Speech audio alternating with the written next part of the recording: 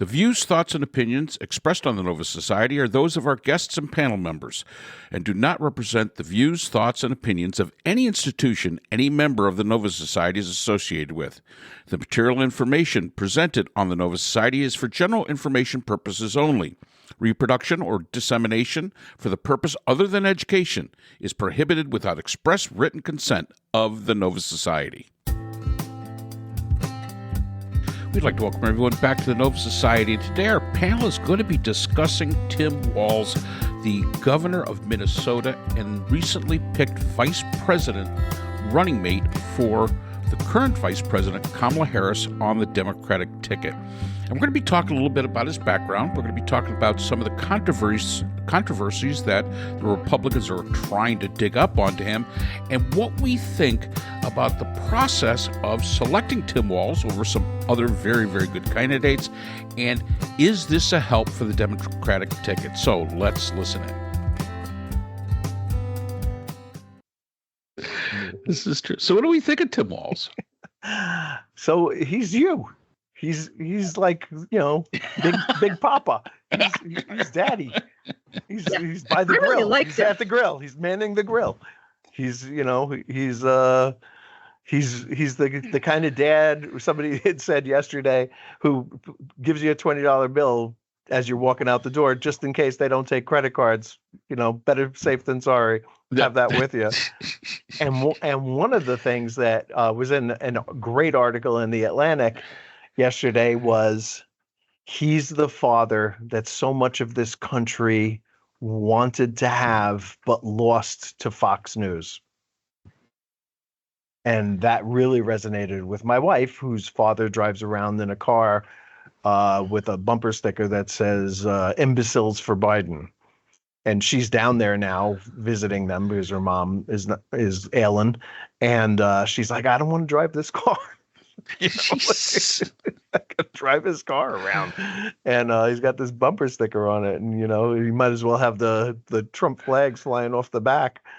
And we've lost so many good people to Fox, and that's pretty much what they do all evening. There is they just have Fox on, they sit there and absorb the hatred and the fear and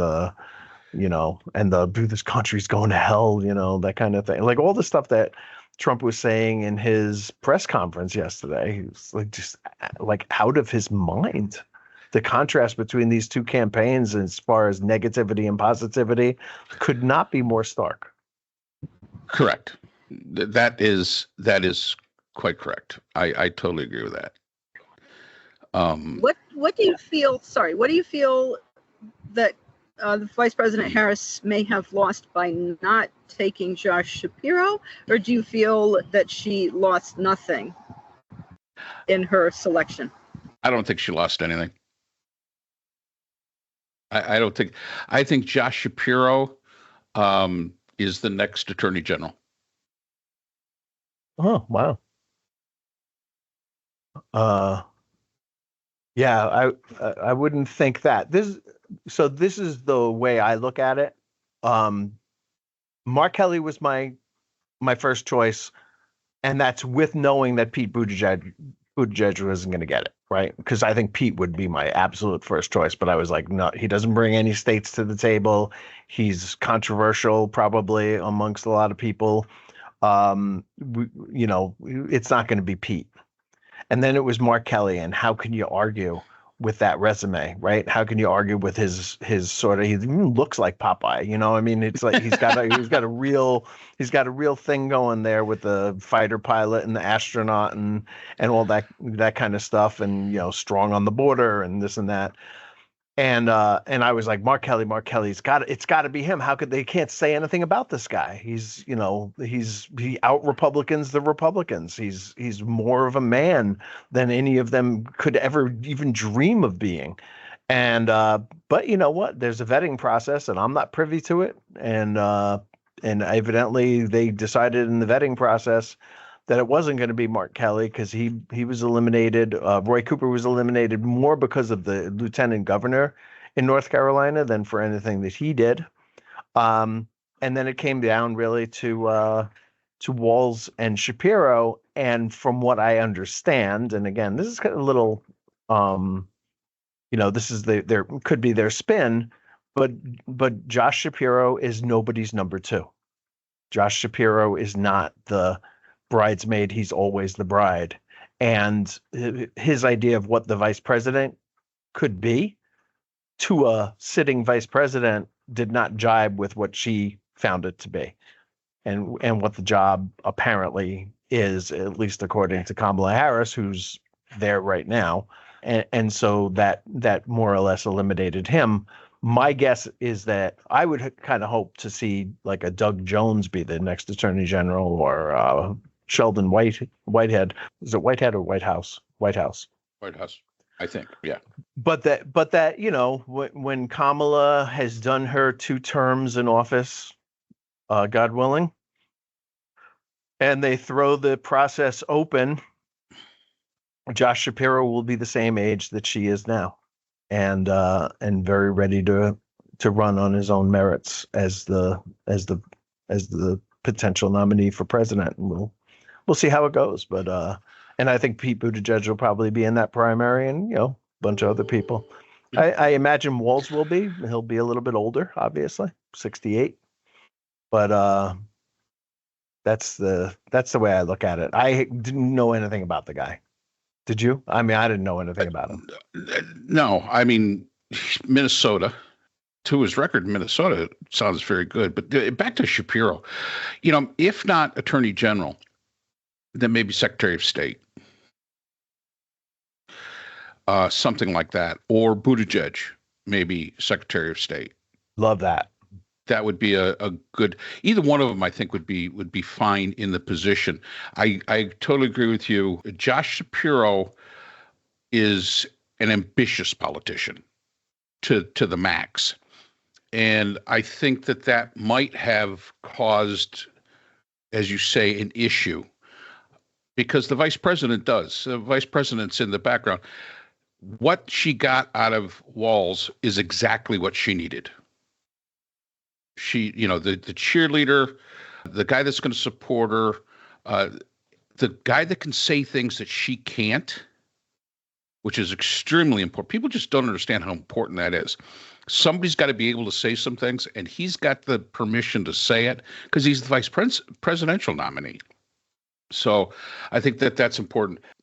I was Kelly. The only thing I heard that happened with Kelly is that he had a contentious divorce before he married his current wife. But yeah, looking at his resume, he was solid. He was absolutely solid. But I think the other thing is, and I've been saying it all along, the ticket needs a chief executive of some sort. Kamala Harris was not a governor. Kamala Harris was a attorney general. She was a senator. Having a governor, somebody that understands how administration works, I think is is hugely important to a ticket. And I always say that governors, in my mind, have always made some of the best presidents because they understand the workings of government. Senators are great, congressmen are great, but they're legislators. They're not chief executives. So I'm happy to see him in there. And yeah, he's coach. He's somebody. In fact, I saw that he is Ted Lasso. Ted Lasso. It's going to be hard to take him down. Now they're on about his military service, and when he retired. He retired just before they went to wherever they were being deployed, but he was in for 24 years. Come on, people. How long do you want the guy to be in? 24 years. I think he's done his bit. And the last 4 of them, by the way, only because of 9/11, and decided to re-up for another 4. He was done. He was ready to go at that point, and because of 9/11, he decided to join in. Yep. So yeah, there's a lot about him that I like, and I really think that it confuses the Republican ticket as to how to deal with him. They're already having a hard time defining Harris. This guy is even more difficult for them to latch something onto. I can't see it. So good feelings about it. got to have some good feelings. I think that he will help in Pennsylvania. I think he will help in Michigan, and I think that he will help in Wisconsin. So there's the path that they have. And if Trump just keeps talking, all he has to do is just keep doing those pressers for an hour and a half. Oof. And the more he talks, the farther down his ship goes, because that was absolutely rambling. It was ridiculous. Like if a guy was sitting next to you in a bar, on a bar stool, going on and on like that, you would just get up and leave. I mean, there's no way you would sit through that. No. That was really something. But I just want to get back to, because you mentioned Walz's retirement. He retired from the National Guard in May 2005, from what I can gather, and they got their orders to go overseas in July 2005. Okay, because several months later. They mobilized in September, and they trained in the United States all that fall, and finally left for Iraq in March 2006. He was long gone by the time they left. I don't know what these where they find these people. I know that the Pete LaCivita was apparently, who's running Trump's campaign, is apparently one of the architects of the swift boating against John Kerry. And I mean, that was a very, very effective weapon against John Kerry.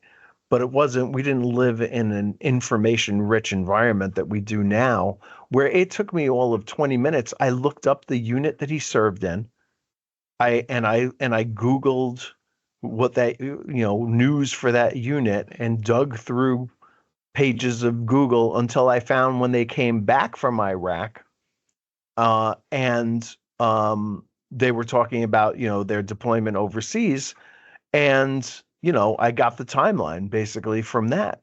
And it was real easy to do, and a ridiculous thing. I guess, John Kerry, I'll say this. I remember we used to summer in Bethany Beach, Delaware, which is a 5-hour drive from here. And while we were driving there, that year, that election year in 2004, for a 2-week run in Bethany Beach, they were talking about it on the radio. Swift boating had first come in. And I remember thinking at the time, boy, he's got to nip this one in the bud, man. He's got to take care of this one. And apparently he didn't do that, because 2 weeks later, when I left, and I had not watched this in a second of news the entire time I was down there for 2 weeks, they were still talking about it. And I don't think that we're going to be talking about this 2 weeks from now. I mean, maybe the MAGA people will in their insular world, but I don't think in general. I think they put this one to bed, just like they put this morning or yesterday the other charge that Trump or Vance had come up with, which was that he let Minneapolis burn. And they've come up with an audio tape of Trump at the time talking about what a great job Governor Walz did putting down the riots in Minneapolis with the National Guard, which he called in. So, Trump will say anything at any time. He doesn't, it's divorced from reality. It doesn't really matter. People need to take that into consideration when he makes charges. And Democrats generally fret about these things. But really, I don't think there's anything to fret about with this guy. He really does seem to be the genuine article. Whether it's the coach or the teacher or the governor or the soldier, he's the real deal. And he's a terrific addition to the ticket. Shocking, he's probably my 4th or 5th choice. I think I had Stavridis ahead of him. So he might have even been like my 5th choice when this all began. And he's been great. And I'll tell you the real topper, Mark. I don't know if this is something you can relate to or not, but there was a picture of him, and somebody noticed the shoes that he was wearing and got a close up of them, looked them up. They were Grateful Dead shoes with the Steal Your Face logo on the shoes. And I was like, okay, that's it. I'm sold. Yeah. Now, I will say this. I think they're going to be talking about this service thing for quite a long time because I don't think they have anything else. Well, they're going to have to come up with something because that's not going to resonate. There's no way for that to stick. But if we haven't noticed, it doesn't matter if it resonates. They just keep beating the same old thing. They keep beating that dead horse as much as they can.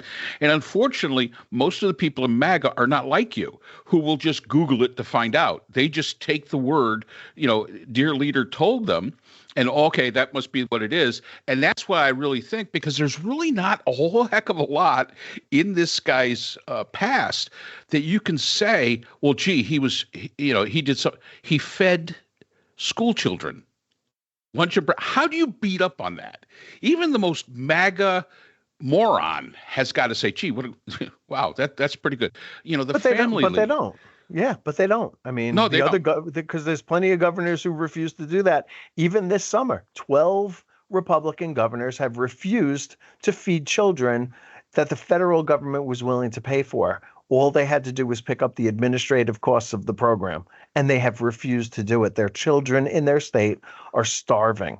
They're spending their summer vacations looking for food because these governors wanted to burnish their conservative credentials by denying children in their state food. And it's 12 of them, all the states. It's Reeves and Mississippi and Stettin, Oklahoma, the whole bunch of them. And it's sick. It really is sick. And what Walz said was, hey, look, there's nothing controversial, there's nothing extreme about feeding children in your state. No, you wouldn't think so. It's just not an extreme position. And if you're going to go after him for his support for transgender, which Trump also has tried to do, he's going to say, look, you know what? There's not a lot of them. It's a small number of people. We can accommodate them. We can find space for everybody in our society. It's big enough for us to do that, which is a very reasonable thing to say. And yep. And but they're not, and you're 100% right. The MAGA people are not going to let anything go, right? I mean, I'm surprised they haven't come out with, that he's 90% lizard, that kind of thing. So, they'll say anything, and it doesn't. The facts just don't matter.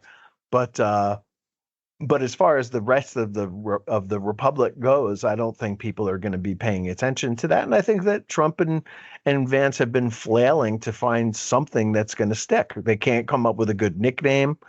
They can't come up with a good line of attack. And he's falling in the polls and desperately hanging on. There's a long way to go. 90 days or whatever it is, there's a long way to go. Anything can happen. Politics is very volatile. But right now, boy, I mean, compared to where we were 2 weeks ago when I was curled up in the fetal position on this couch doing this podcast, I feel a whole lot better. And I'm like, okay, 2 Kamalas. And then we got another Democrat coming in after that because things are going to be so great. And, and this Republican Party has got to suffer a defeat so bad that they do what they had to do after Nixon, where they go back and they go, okay, we need to retrench. We need to find ourselves again, reinvent ourselves again, which they did. Unfortunately, with Reagan, in my mind, I think you're probably a bigger Reagan fan than I am, but found that after the disaster of Richard Nixon, they're going to have to do that again. Yep, they are, and hopefully they get defeated bad enough this time around that somebody comes back and says, you know what? This is enough. We've had enough. We have to move on. Fortunately, Trump loses in 2024. If that was to happen, by the time he could run again in 2028, he's going to be in his 80s. Yeah, he'll be 85? No, 82 maybe. 82. Somewhere in that range. Yeah, somewhere in that range. Yeah, I'm mixing up his age with Biden. Yep. Yeah. But yeah, again, like I said, last week, the fortunate thing is history says that anybody that gets beaten in a presidential election twice generally fades away. But I don't think Trump is going to go anywhere. That's my feeling. And I don't know if this Republican Party, I don't know if this cult will continue, because this is not the Republican Party anymore. This is not a political party anymore. This is a cult. And with this Project 2025 thing, I don't really know. I don't know. This to me is quite unprecedented in our politics and in our history. This cult of personality and people being fine with having a dictator, and with the hypocrisy and with the lying and with Trump's behavior and his belittling of people who are disabled and what he says and how he's treated people, and people seem to embrace that, or at least including people who are in public office, because they're afraid of the voters and of death threats, and I honestly don't understand what's happened. So that's all the time we have for today's episode. The Nova Society is a production of the Phoenix Research Institute. We'd like to thank our sponsor for this episode, the Journal of Interdisciplinary Conflict Science. The JCIS is an open journal for upcoming scholars. The JCIS is currently accepting article submissions on an ongoing basis. The JCIS is a publication of Nova Works, a scholarly depository at Nova Southeastern University. A link to the journal is in our description. We'd also like to thank our podcast partners, Buzzsprout, who hosts the Nova Society, Audacity, who is our editing partner, and Podkite, who does all of our analytics. We'd also like to thank iHeartRadio, where people get their music and podcasts, Apple iTunes, the largest source for music and podcasts on the internet, Spotify, the most popular source for the Nova Society. The Nova Society is available on all these and other quality platforms mentioned in our description. We'd also like to thank our listeners. Without you, the Nova Society would not be possible. If you have a comment, a question, or would like to be a guest on the Nova Society, we can be reached at nova.society.podcast@gmail.com. Always remember, the power of society is knowledge. So for Dr. Scott Gershwer, Dr. Brooklyn Ann Weldon, Dr. Priscilla Hobbs, and all of us here at the Nova Society, I'm Dr. Mark Bound. Be well, and we hope to see you again next time.